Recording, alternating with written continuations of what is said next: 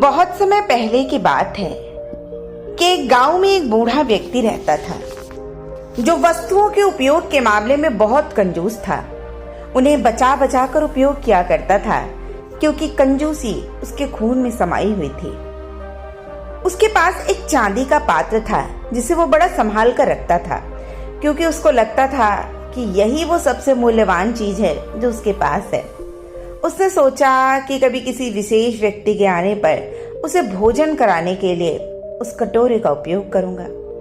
एक बार उसके यहाँ एक संत भोजन करने आए। अब उसका विचार था कि संत को उस चांदी के पात्र में वो खाना देगा, लेकिन जैसे ही भोजन का समय आया उसका विचार बदल गया। अब उसके दिमाग में ख्याल आता है कि ये जो मेरा कटोरा है ना, बड़ा कीमती है। एक गांव-गांव भटकने वाले साधु के लिए इसे क्या निकालना, किसी राजसी व्यक्ति के आने पर मैं इस कटोरे का इस्तेमाल करूंगा। कुछ दिनों बाद उसके घर उस राज्य का मंत्री भोजन पर आया।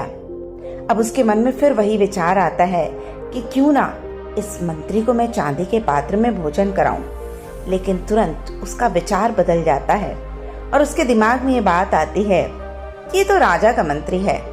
जब राजा खुद मेरे घर भोजन करने आएंगे तब यह मैं कीमती कटोरा निकालूंगा। कुछ समय और बीता। एक दिन राजा खुद उसके घर भोजन के लिए पधारे।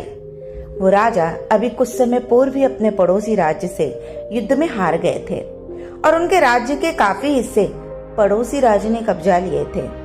अब भोजन परोसते वक्त बूढ़े व्यक्ति को विचार आया कि अभी अभी तो इसकी पराजय हुई है, इसका गौरव भी कम हो गया है। इस कीमती पात्र में किसी गौरवशाली व्यक्ति को ही भोजन कराऊंगा। और इस तरह उसका वो चांदी का पात्र बिना उपयोग के पड़ा ही रहा। अब आपको भी ये पता है कि चांदी रखे रखे काली हो जाती है।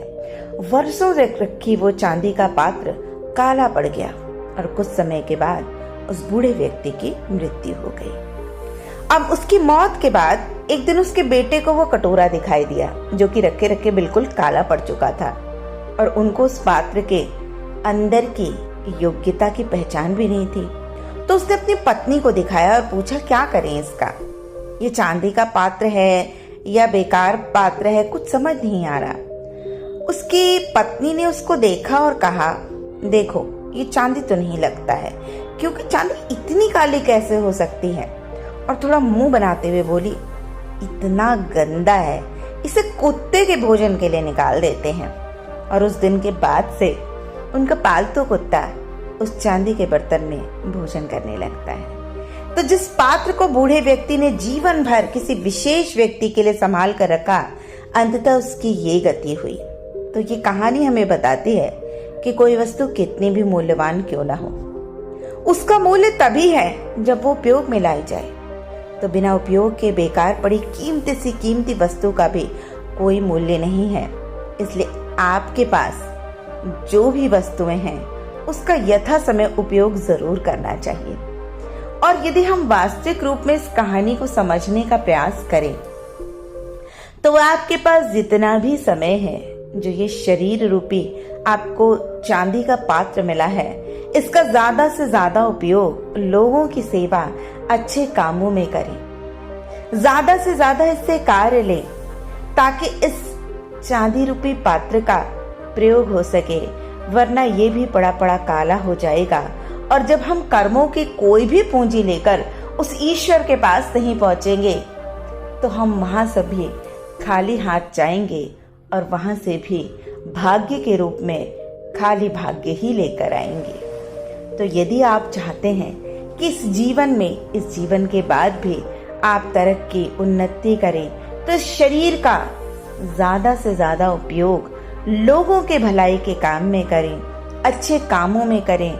निरंतर इस शरीर को आप कार्यों में लगाए रखें और आप पाएंगे कि इस शरीर से, जो लोग कहते हैं ना कि शरीर का मूल्य क्या है, इस शरीर का मूल्य यही है जिसको पाने के लिए लोग तरसते हैं। मानव शरीर को, उसके द्वारा हम बहुत कुछ कर सकते हैं जो जानवर, पेड़ पौधे और वो जीव जो जिनके पास शरीर नहीं है वो नहीं कर सकते। वो सब कुछ हम इससे कर सकते हैं।